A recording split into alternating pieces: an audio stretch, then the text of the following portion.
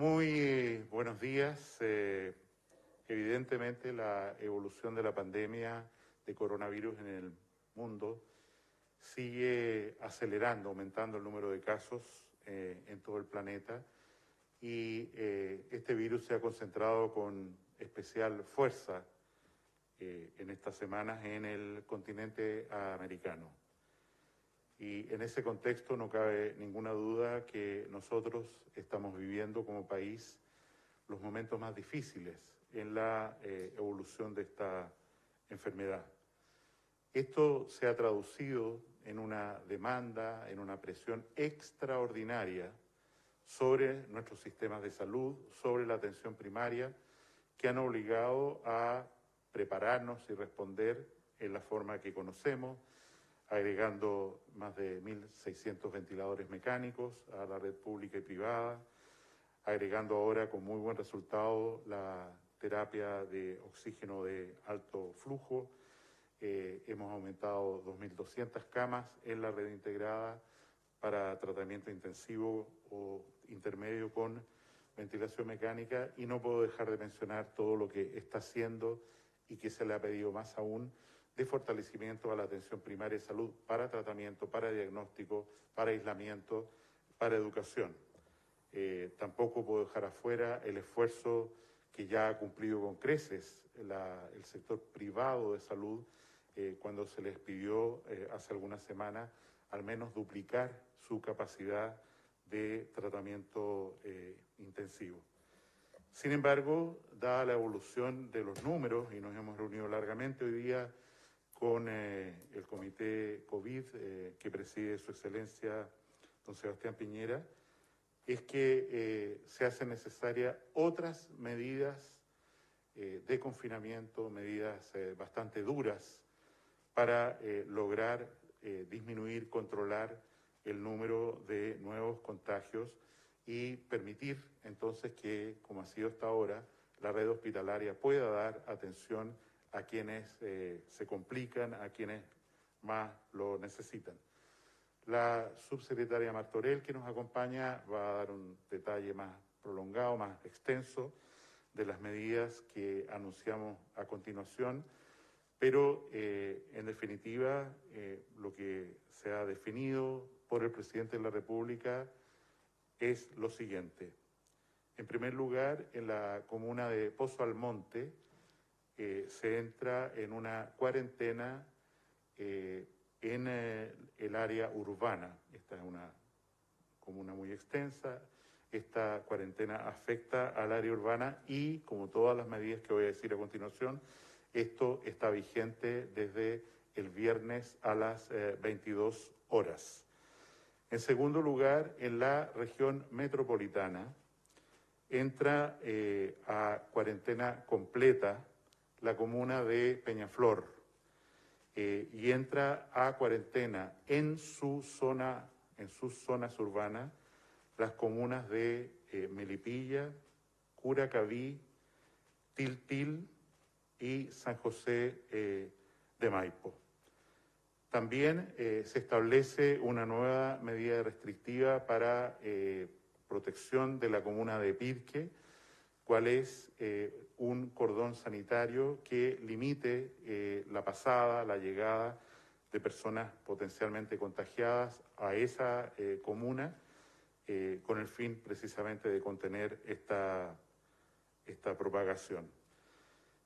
En la comuna de Alto Biobío se establece un cordón sanitario, tenemos un foco ahí bien localizado, y en las comunas de Valparaíso y Viña del Mar se establece una cuarentena completa a partir de este día viernes a las 22 horas, como repito. La subsecretaria Martorell va a referirse a estas medidas con más detalles que acabo de anunciar, como también, ¿no es cierto?, cuáles son las comunas que se mantienen o que se renuevan las medidas de control que tenían hasta ahora. En relación al informe del día, quiero detallar que tenemos 5.737 casos nuevos, de los cuales, como ha sido prácticamente constante desde el día en que se incorporó el informe de los pacientes asintomáticos, aproximadamente un 10%, un poco más, un poco menos, 511 en este caso se han comportado como personas asintomáticas y normalmente corresponden a pesquisas que se han hecho en contactos estrechos de personas contagiadas. Respecto al número total de casos, llevamos un total de 148.496, de los cuales están en etapa contagiante o activos, como los llamamos, 24.201 personas que son el objeto fundamental de las medidas de testeo, aislamiento, uso de residencias sanitarias, como hemos señalado. En un tema que ha sido tal vez difícil de explicar, como hemos señalado respecto a los fallecidos, hemos cambiado la metodología porque antes obteníamos la notificación, la información de una persona fallecida presuntamente asociada a coronavirus a través de la entrega de copias por mail o por cualquier mecanismo de certificados de defunción. Y al ir a buscar al registro civil, a contratarlo con la base de datos del registro civil, donde se inscriben estas defunciones, el certificado, ¿no es cierto?, se lleva al registro civil, por ejemplo, un día viernes, se obtiene un pase de sepultación, sin embargo, esa persona aparece en el registro civil como notificada, como fallecida recién el día lunes o martes. Y esto es por un retraso administrativo.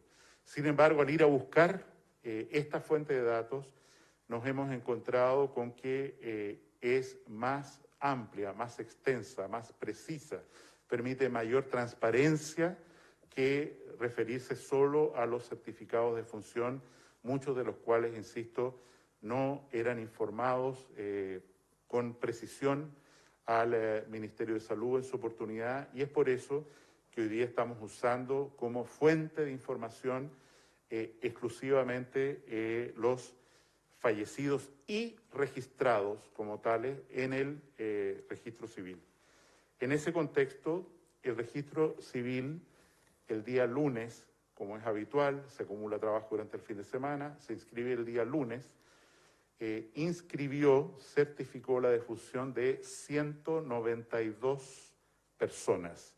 192 personas atribuibles a coronavirus. Y esto se desglosa de la siguiente manera.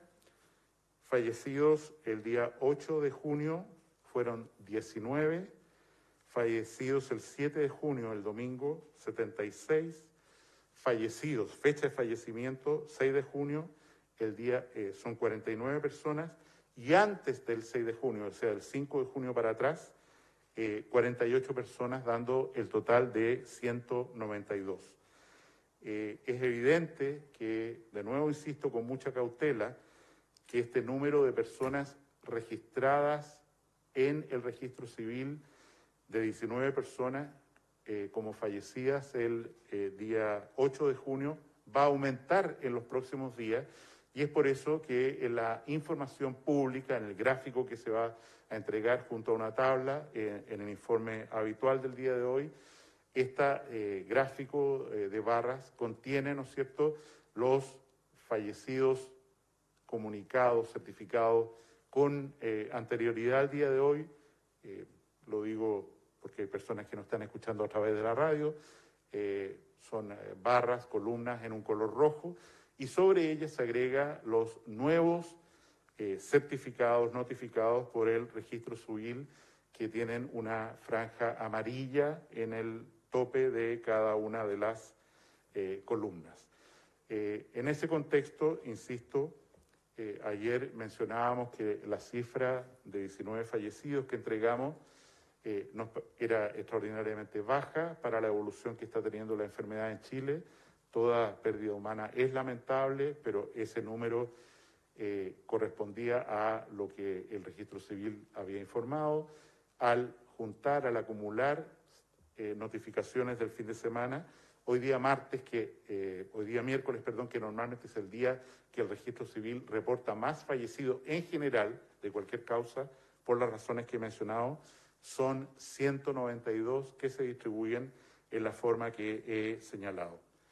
En el esfuerzo que se está haciendo por la salud de todos y todos los chilenos, también es oportuno agradecer el esfuerzo que están haciendo los trabajadores de salud, las Fuerzas Armadas, el traslado en avión de pacientes, de insumos, la línea de la atención primaria de salud que se ha fortalecido, se le han entregado más recursos y que hoy día tiene esta labor adicional de ir a buscar casos y llevarlos a residencias sanitarias.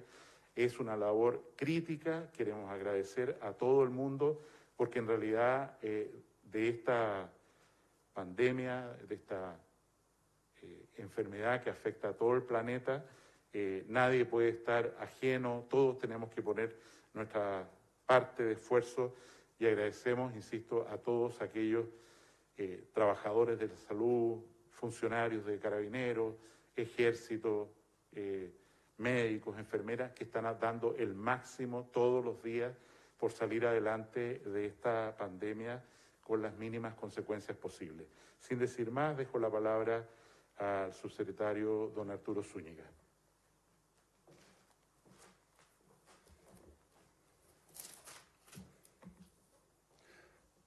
Muy buenos días. Para continuar con el reporte diario de coronavirus, en cuanto a la cantidad de personas que se encuentran hospitalizadas en las unidades de cuidados intensivos, el día de hoy tenemos 1.590 personas, de las cuales 1.354 están con apoyo de ventilación mecánica y 365 se encuentran en un estado crítico. Quiero detenerme un poco para poder graficar de qué se trata esta hospitalización. Cuando nosotros prohibimos las visitas de familiares, de conocidos, es para cuidarlos a ustedes, para cuidar a los familiares. Esto es una enfermedad muy cruel, en el sentido de que no permite estar cerca de sus seres queridos cuando más los necesitan, cuando están enfermos, cuando están graves en una unidad de cuidado intensivo. Y es por eso que hay algunos hospitales que ya han implementado algunas soluciones, pero en ese sentido quiero graficar de la gravedad de esta enfermedad, que tiene una tasa de hospitalización de un 20%, de un 5% en unidades de cuidado intensivo, pero lo más cruel es que no pueden recibir el apoyo de los familiares. Es algo que hago también un llamado a que nos puedan entender. Lo hacemos para cuidarlos a ustedes y estamos implementando medidas para poder solucionar eso a través de elementos tecnológicos. En relación a la cantidad de ventiladores disponibles, al día de hoy tenemos 311 ventiladores. En cuanto a nuestra red de laboratorios, las últimas 24 horas se informaron 14.477 exámenes por PCR, alcanzando un total de 761.090 exámenes.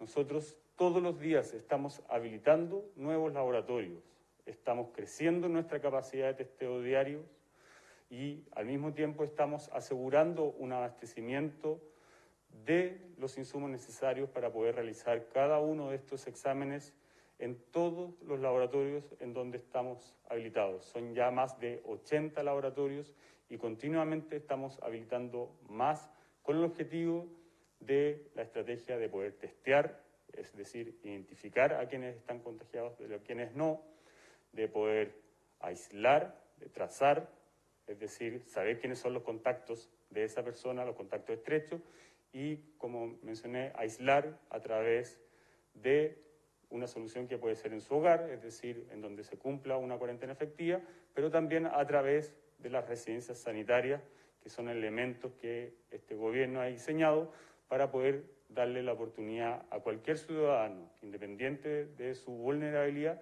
de poder cumplir con una cuarentena de forma efectiva. En relación a esto mismo, a las residencias sanitarias, ya disponemos de 130 recintos de hospedaje de residencias sanitarias con más de 11.960 cupos para poder ser utilizados en cada una de las regiones del país. Eso es todo en cuanto al reporte del día de hoy.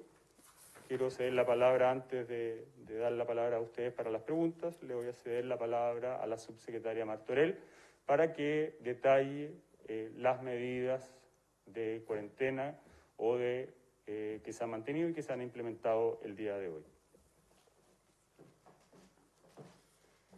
Muy buenas tardes. Tal como ya ha indicado el ministro, se han adoptado medidas sanitarias para precisamente seguir avanzando en esta cruzada en contra del coronavirus. Bueno, en la región de Tarapacá se mantienen en cuarentena las comunas de Alto Hospicio y Iquique y se suma a cuarentena toda la zona urbana de Pozo Almonte. En Antofagasta se había decretado una cuarentena que se mantiene en la comuna de Calama, en la región de Antofagasta, hasta el 16 de junio a las 22 horas. En la región metropolitana se mantiene toda la provincia de Santiago, incluidas las comunas de Puente Alto, Padre Hurtado, Lampa, San Bernardo y Buin, y se suman a cuarentena la comuna completa de Peñaflor, la zona urbana de la comuna de Melipilla, la zona urbana de la comuna de Curacaví, la zona urbana de la comuna de Tiltil y la zona urbana de la comuna de San José de Maipo. Asimismo, para poder proteger a la comuna de Iquique, de Pirque, se ha establecido un cordón sanitario para que toda la población de Puente Alto no pueda circular o entrar y salir de la comuna de Pirque de manera tal de generar un control de contagios en ese sector.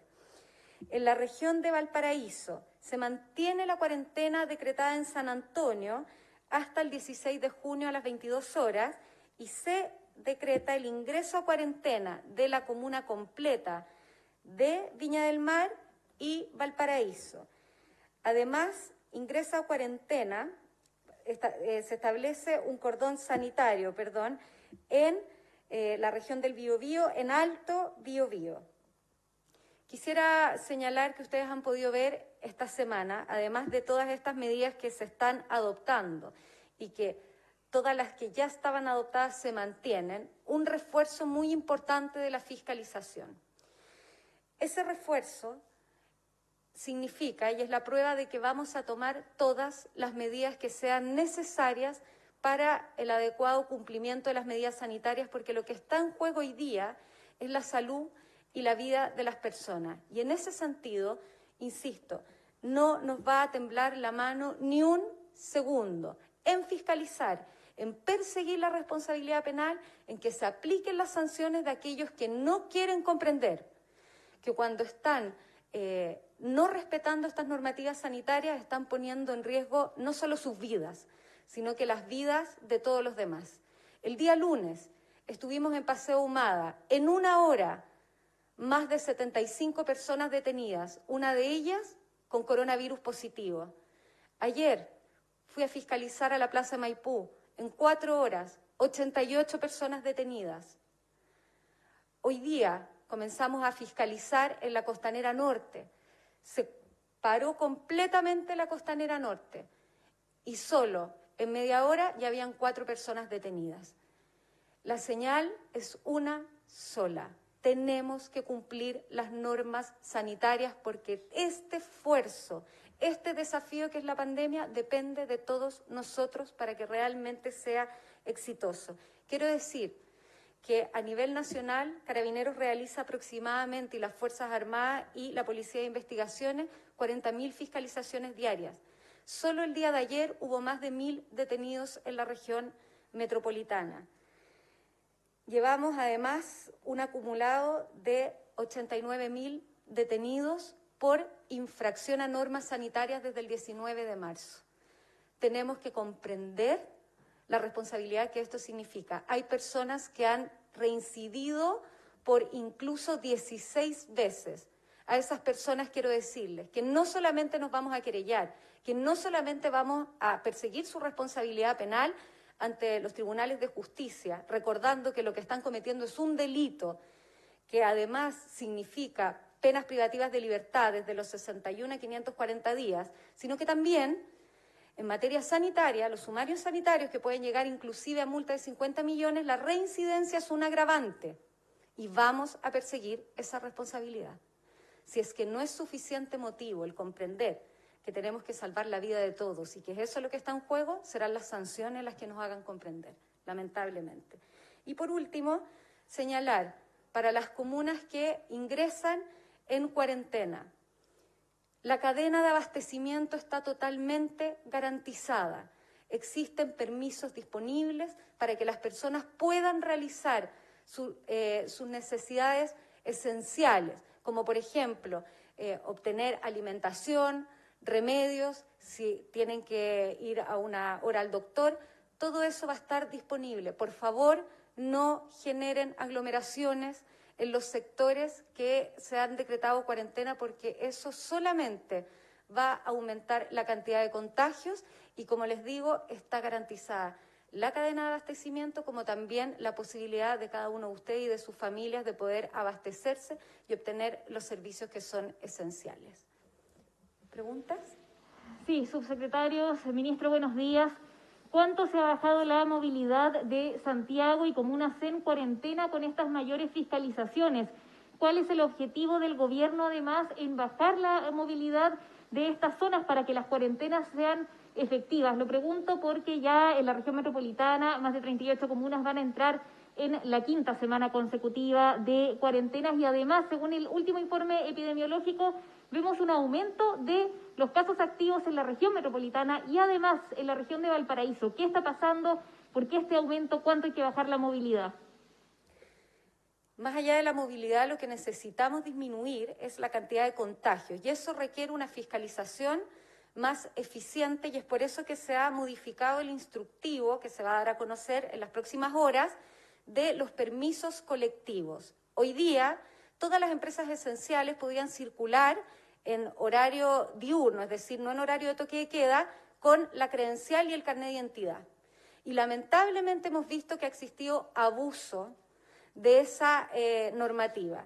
Y es por eso que se establece este permiso único laboral que va a permitir un control adecuado y no solo eso, sino que el permiso no va a ser solo para la empresa, sino que individualiza al trabajador, de manera tal que vamos a poder verificar si esa persona debe estar en aislamiento por COVID o por ser contacto estrecho y también vamos a poder revisar el horario exacto en el que va a realizar su labor y asimismo las empresas que accedan van a estar acreditadas por Servicio de Impuestos Internos como empresas esenciales.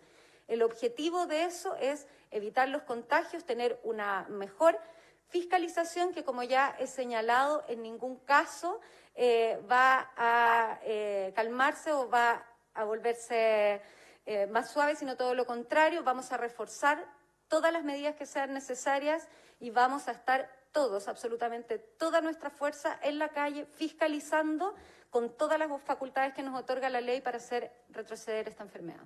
Subsecretaria, ¿y por qué ha demorado tanto este permiso único? Porque se anunció el día viernes, todavía no está funcionando y, reitero, los contagios, los casos activos están aumentando. También si nos pudieran responder las autoridades de salud, ¿qué pasa ahí? ¿Por qué aumentan los contagios? ¿Las medidas no están funcionando? El día viernes se anunció que esta semana se realizaría una marcha blanca, lo anuncié yo misma. Y efectivamente hemos estado ya en un trabajo permanente con las distintas empresas y industrias, porque así como es importante controlarlas, también son fundamentales para el abastecimiento. Y es por eso que se les ha estado explicando el funcionamiento de este sistema, que ya va a estar disponible, pero es una marcha blanca, porque el abastecimiento es clave, tal como lo son ustedes, que son parte de las empresas esenciales. La información también es esencial para las personas, tienen que poder hacerlo de la manera adecuada y es por eso que se está explicando y aclarando en este proceso de marcha blanca, que fue lo que se anunció el día viernes. Doy la palabra al ministro. Respecto a la pregunta, es evidente que nosotros tenemos indicadores subrogados, como por ejemplo el de la movilidad.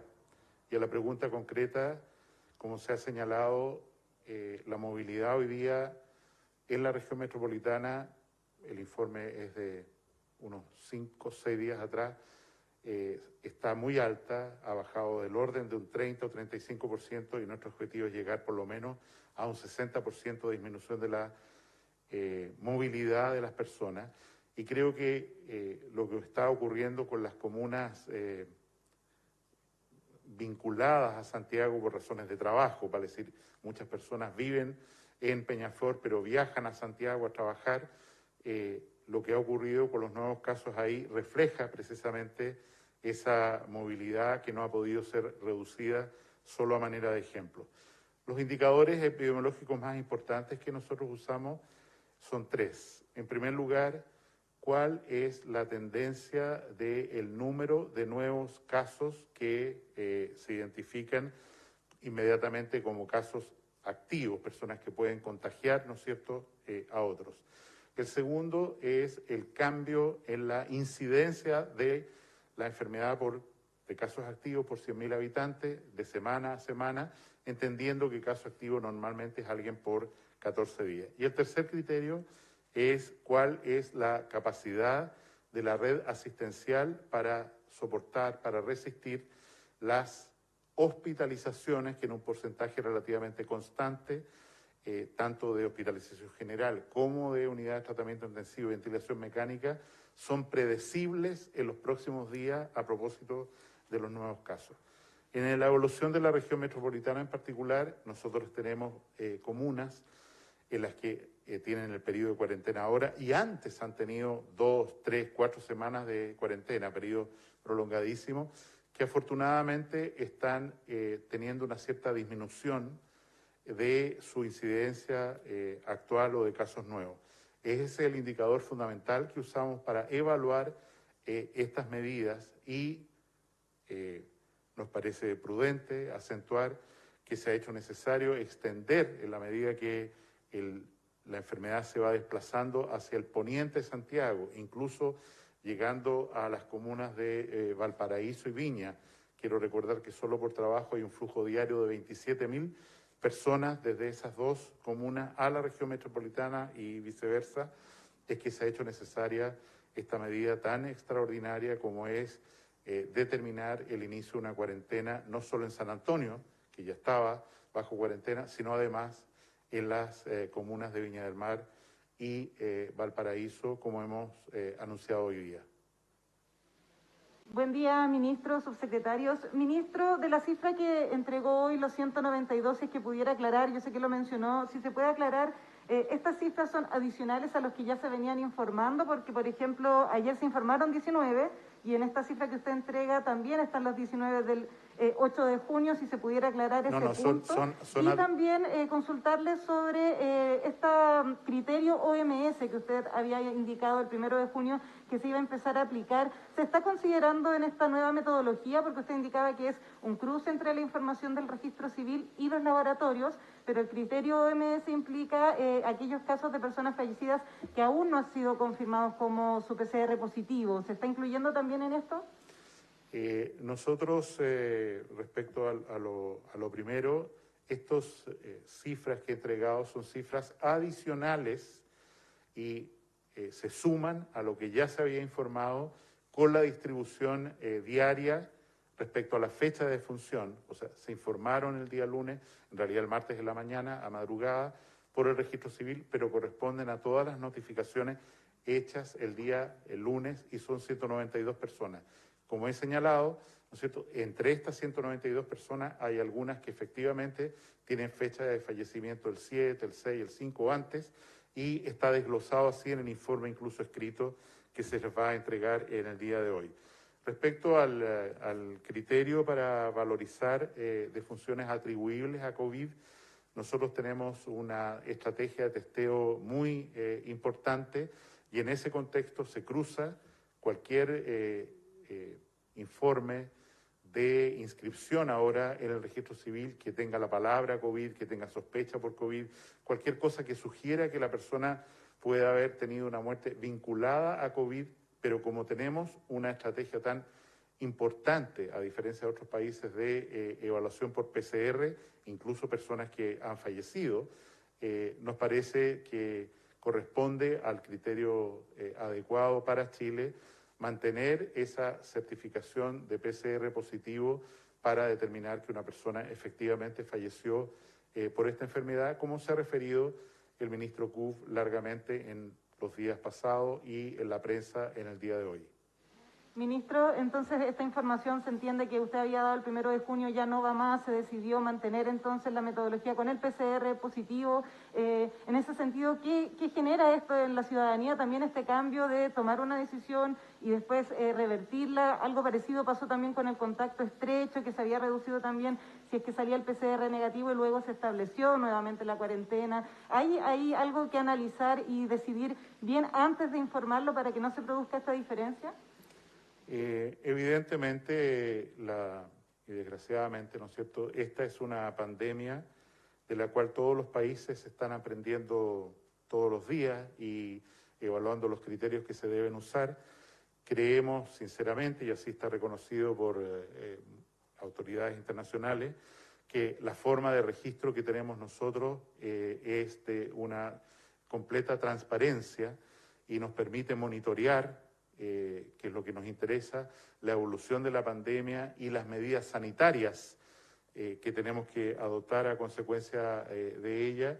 Y en ese sentido, insisto, independiente que estamos revisando continuamente y nadie puede decir que los criterios están establecidos como si fueran escritos en piedra. Estamos revisando continuamente cuáles son los mejores criterios. Pongo un ejemplo. Quisimos reportar los PCR de los laboratorios, de los distintos laboratorios en Chile, no por el laboratorio que hizo el examen, sino por el domicilio de la persona a la que se le tomó el examen. Y nos empeñamos en lograr esta información, pero no lo hemos conseguido y por lo tanto vamos a mantener en el informe de hoy día, por ejemplo, que el PCR se va a informar en el informe de hoy día, de acuerdo a los laboratorios que den los resultados, independiente de que esos laboratorios a veces procesan muestras, por supuesto, obtenidas en otras regiones.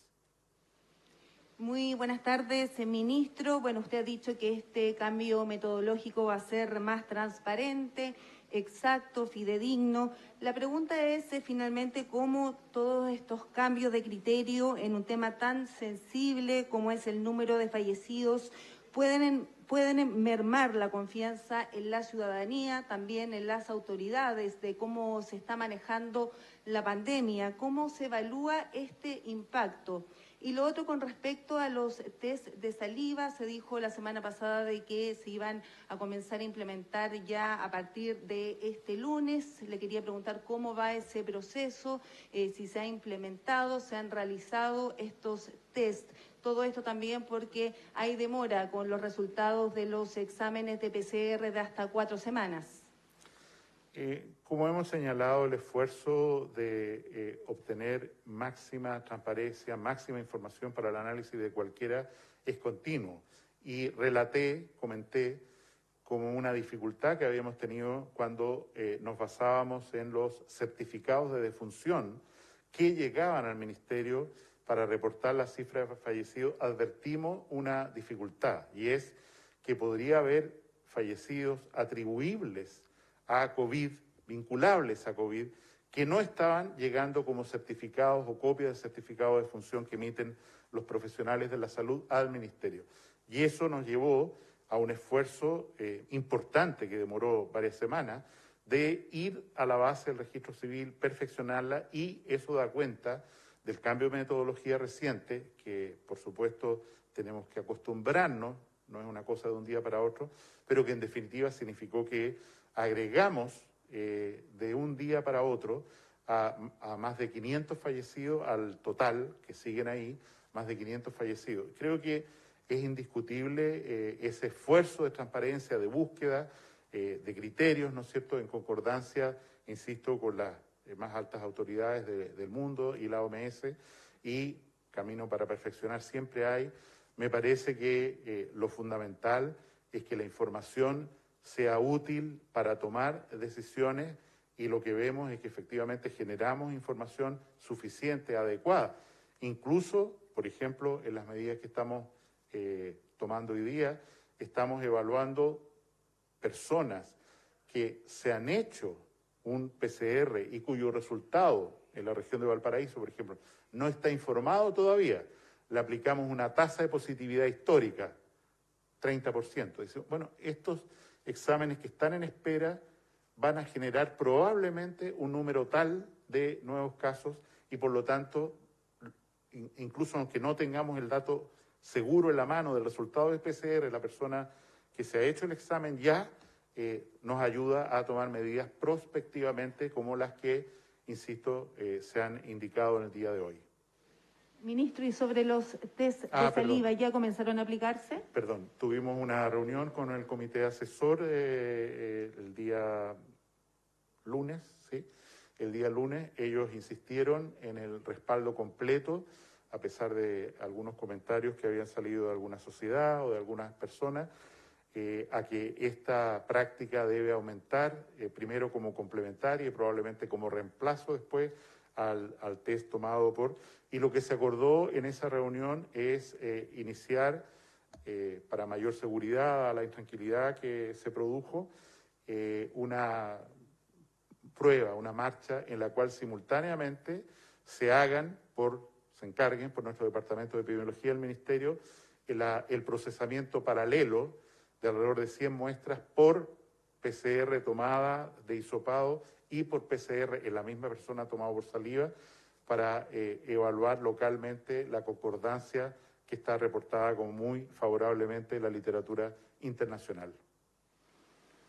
Buenas tardes, ministro. Preguntarle por una de las críticas que han surgido desde un inicio y ha sido por la entrega de información y la transparencia. En ese sentido, se han tomado medidas en ese sentido, pero hoy también desde la comunidad científica han dicho que al día de hoy es menos la cantidad de datos que se entrega en comparación a lo que se entregaba hace algunos meses, cuando en el inicio de la pandemia aquí en el país.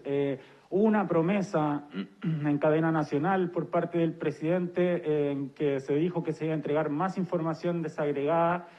Usted también al día siguiente decía que el informe de Epivigila se va a informar los casos nuevos por comuna y por kilómetro cuadrado y que esto se publicaría cada 2 semanas. Haciendo un breve recuento, hasta el 27 de abril se entregaba diariamente un informe de situación epidemiológica en la página de Epiminsal, el 7 de mayo se dejó de publicar. Hasta el 27 de abril también se entregaba diariamente información de los pacientes totales según su fecha de inicio de síntomas, un dato que hoy se hace fundamental para entender también la nueva definición de casos activos. Ahora esos datos solo se entregan 2 veces por semana. Antes también se entregaban diariamente los test PCR informados por región del laboratorio. Después se empezó a entregar por región del paciente y desde el 1 de junio esa información se dejó de publicar. Entonces, preguntarle a qué se debe que se deje de entregar estos datos y cómo puede responder también a la comunidad científica que está exigiendo mayor transparencia para también poder entender cuál es la estrategia que está llevando a cabo el gobierno. No sabiendo bien, a qué comunidad científica se refiere en particular, la verdad es que, y está publicado anoche el informe de epidemiología, que es el informe sustantivo de la evolución de esta pandemia 2 veces a la semana. Tenemos que hacer datos consistentes, tenemos que chequear los datos, no podemos cometer errores, porque además esa información se entrega, por supuesto, a las autoridades sanitarias internacionales. Ya mencioné que hemos hecho un esfuerzo durante varios días ya de tratar de identificar la procedencia de las personas por domicilio para saber sus resultados PCR. No lo hemos logrado y por eso, como ya señalé, a lo mejor ya está publicado, en el informe de hoy se publica de nuevo por laboratorio. El informe de epidemiología contiene el que he publicado anoche, contiene mucho más datos, es mucho más rico que lo anterior y vamos a seguir en esa senda. Perfecto, ministro. Y en ese sentido, ¿qué le parece y cómo recibe esta declaración de las sociedades científicas y facultades de medicina, entre ellas, bueno, el Colegio Médico, la Sociedad Chilena de Medicina Intensiva, la Sociedad Chilena de Epidemiología, de Infectología, entre otras, de Microbiología también, esta petición de que se configure una mesa de salud, diciendo que en el fondo la mesa social COVID, y cito textual, no ha sido propicio para la discusión y apoyo de la estrategia sanitaria? Entonces buscan esta instancia en donde puedan llevar inquietudes, porque dicen que las inquietudes que han llevado a la mesa social no han sido consideradas. ¿Cómo recibe también esa solicitud y si se abren a poder conformar esta mesa de salud? La instancia fundamental de trabajo con la comunidad fue, por supuesto, y sigue siendo la mesa social COVID, donde todas estas discusiones se llevan adelante.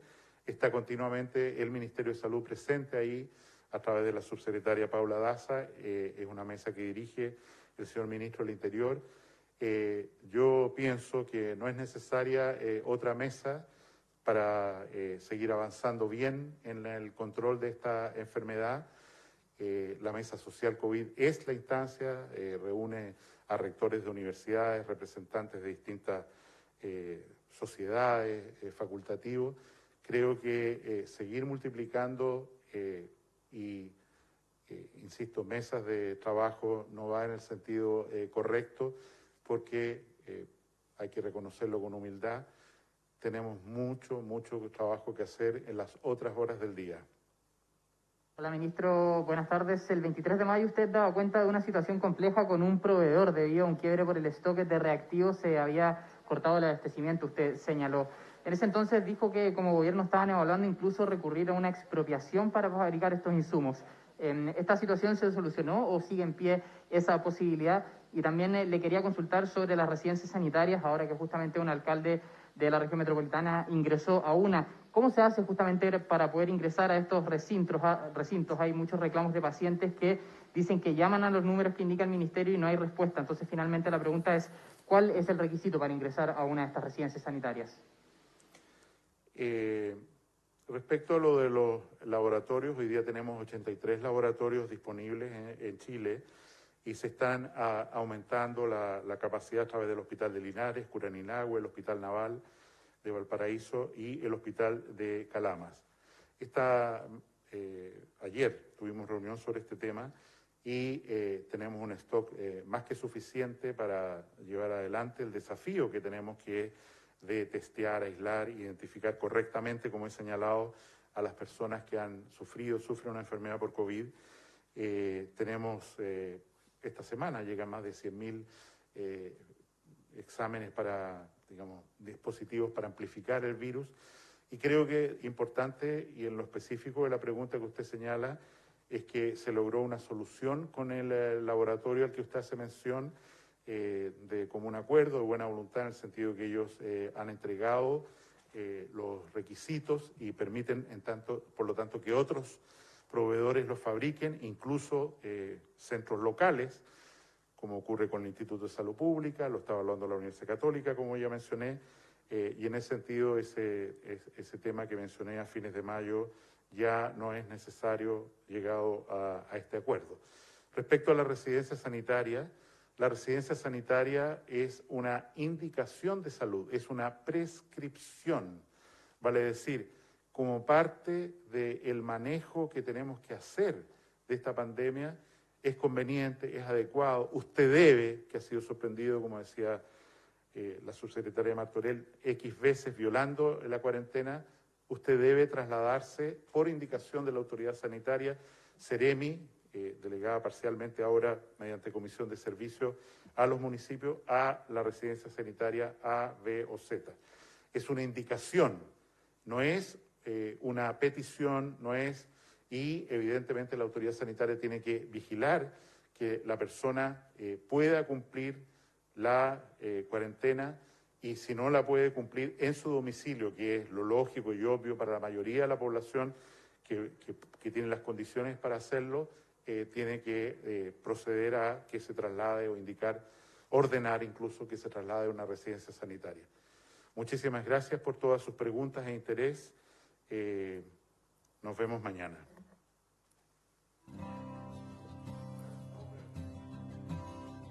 Transmitió el Gobierno de Chile. Agradecemos a los canales de televisión y radioemisoras que integraron esta red voluntaria.